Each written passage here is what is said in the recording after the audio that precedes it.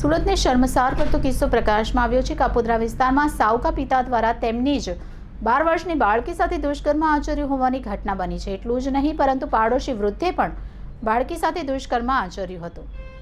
Kapodra police સૂત્રો દ્વારા પ્રાપ્ત થતી વિગત મુજબ સ્થાનિક વિસ્તારમાં રહેતી દલિત પરિવારની યુવતીના પતિ સાથે છૂટાછેડા થયા બાદ છેલ્લા 3 વર્ષથી 12 વર્ષ 5 માસની પુત્રી સાથે સ્થાનિક વિસ્તારના સંજય ઉર્ફે સંજુ તાતેરાવ પાટીલ સાથે કોઈપણ કરાર વિના રહી શારીરિક સંબંધ ધરાવે છે। આ દરમિયાન રેશમાના અગાઉના પતિના મિત્ર હીરામન ઉર્ફે હીરાલાલ કિશનભાઈ સિંગણે પણ અવારનવાર રેશમાના ઘરે આવતો જતો રહેતો હતો અને કહેવાતા સાવકા બાપ અને અગાઉના પતિના મિત્ર હીરામન દ્વારા છેલ્લા 1.5 વર્ષ દરમિયાન યુવતી સાથે જબરજસ્તી શારીરિક સંબંધ બાંધવામાં આવતા હતા। દરમિયાન યુવતીને પેટમાં સખત દુખાવો ઉપડતા તબીબી સારવાર દરમિયાન તેને 7 માસનો ગર્ભ હોવાનું નિદાન થયું હતું।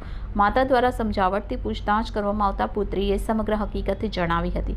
આ બનાવના પગલે માતા દ્વારા ગતરોજ કાપોદ્રા પોલીસ મથકમાં સંજય પાટીલ અને હીરામન સિંગણે વિરુદ્ધ દુષ્કર્મને પોક્સો તથા એટ્રોસિટી એક્ટ હેઠળ ફરિયાદ નોંધવામાં આવી હતી। ફરિયાદ સંદર્ભે તપાસ કરી રહેલા પોલીસ અધિકારી દ્વારા આરોપી સંજય પાટીલ અને વૃદ્ધ હીરામન સિંગણેની ધરપકડ કરી કાયદેસરની કાર્યવાહી હાથ ધરવામાં આવી છે।